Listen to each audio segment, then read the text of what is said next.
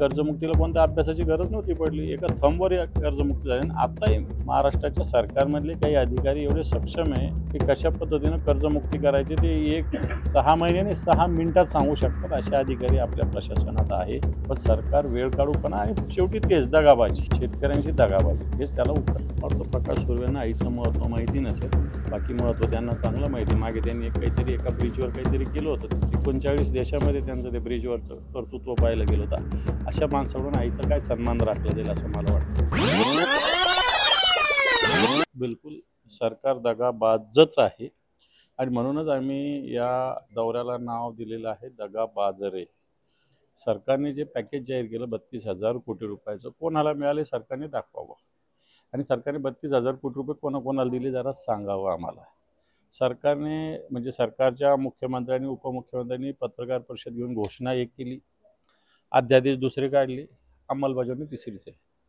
त्याच्यामुळे समजा 3 हेक्टरपर्यंत देणार होते. किती 3 हेक्टरच्या लोकांना त्यांनी मदत केली सांगावी, बागायत शेतीला किती मदत केली सांगावी, फळबागा ज्या आहेत त्याला किती मदत केली सांगावी, खडून गेलेल्या जमिनीला किती मदत केली ती सांगावी. मला असं वाटतं ही मदत शून्य आहे. काही लोकांना 1000-500 सुद्धा मदत काही जणांना आलेली आहे. मला असं वाटतं ही तुटपुंजी आहे. सरकार बोलाचीच कडी बोलाचाच भात करतं आणि म्हणून सरकार हे शेतकऱ्यांशी दगाबाजी करतंय असा आमचा आरोप आहे. म्हणून या मोहिमेला नाव आम्ही दगाबाजरे असं नाव दिलेलं आहे. दौरा परभणीमध्ये तसा 2 दिवसाचा आहे. एक 7 तारखेला पण आहे आणि 8 तारखेला पण आहे. 7ला परभणी तालुक्यात आहे, 8ला सेलू, मानवत, पाथरी असं आहे आणि पूर्ण मराठवाड्यात 5, 6, 7, 8 अशा पद्धतीनं 4 दिवसाचा दौरा आहे. 8ही जिल्ह्यामध्ये हा दौरा होणार आहे. जवळपास 20-22 गावात, मोठ्या मोठ्या गावात उद्योजी शेतकऱ्याशी संवाद साधतील, काही गावात थांबतील सुद्धा आणि म्हणून हा दौरा मराठवाडा ढवळून काढणारा आणि दगाबाज सरकारचे पितळ उघडं करणारा ठरणार आहे. पण आंदोलनं करायला लागतंय सगळ्यात मोठं दुर्दैव आहे. कारण हे सरकार येताना देवेंद्रजी फडणवीसांनी जाहीर सभेत 7-12 करू, कोरा कोरा कोरा असं सांगितलेलं त्याचं भाषण सगळीकडे उपलब्ध आहे. असं तुम्ही सांगितलं असताना शेतकरी संघटनांना शेतकऱ्यांना आंदोलन करावं लागतं हे काही भूषणावर. असं असताना आता सरकारने 6 महिन्याची अभ्यास समिती, कसली अभ्यास समिती?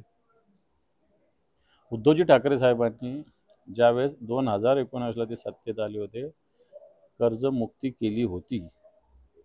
ही कर्जमुक्तीला कोणत्या अभ्यासाची गरज नव्हती पडली. एका थंबवर या कर्जमुक्ती झाली आणि आताही महाराष्ट्राच्या सरकारमधले काही अधिकारी एवढे सक्षम आहे की कशा पद्धतीनं कर्जमुक्ती करायची ते 6 महिन्याने 6 मिनिटात सांगू शकतात असे अधिकारी आपल्या प्रशासनात आहे. पण सरकार वेळ काढूपणा आणि शेवटी तेच दगाबाजी, शेतकऱ्यांशी दगाबाजी हेच त्याला उत्तर आहे. मला असं वाटतं कोणताही पक्ष अजून स्वबळावर लढण्याची भाषा या महाराष्ट्रात कोणत्याच पक्षाने केलेली नाही आणि कोणत्याच पक्षाची स्वबळावर लढण्याची ताकद नाही. सत्तेवर असणाऱ्या भारतीय जनता पार्टीचे 135 आमदार असले तरी ही भारतीय जनता पार्टीसुद्धा स्वबळावर लढू शकत नाही. या राज्यामध्ये अशा पद्धतीनं युती आघाडी ही अपरिहार्यता सगळ्या पक्षाची आहे आणि आमची शिवसेनासुद्धा मला असं वाटतं जे सोबत येतील त्यांच्यासोबत लढण्याची आमची तयारी आहे. नाही तर आमची तर ताकद आहे, जी ताकद आमची त्याच्याबरोबर आम्ही लढूच. परंतु मला असं वाटतं ज्यावेळेस महायुतीला किंवा हे जे सरकारमध्ये बसलेले भ्रष्टाचारी लोक बसलेले आहेत यांना जर खुर्चीहून उलथून टाकायचं असेल तर सगळ्यांनी मिळून एकत्र लढावं लागेल. भारतीय जनता पार्टीचे प्रवक्ते आहेत, भारतीय जनता पार्टीचे हे निवडणूक आयोगाचे प्रवक्ते म्हणून काम करत आहेत. जर असतील तर निवडणूक आयोगाला आपण मार्गदर्शन करावं आणि असे दुबार मतदार नोंदणी जी झाली कुठे होती, मुस्लिम असो की हिंदू असो, याच्यात मुस्लिम हिंदूचा प्रश्न नाही आहे, याच्यात दुबार मतदाराचा प्रश्न आहे. तो कोणत्याही मतदारसंघातला असावा तो गाळला जावा अशा प्रकारची भूमिका आम्ही परवाच्या मोर्चातून सुद्धा ठेवलेली आहे आणि याच्या पुढे सुद्धा ठेवू. 13,000च्या 13,000 काढू शकता जर दुबार असतील तर.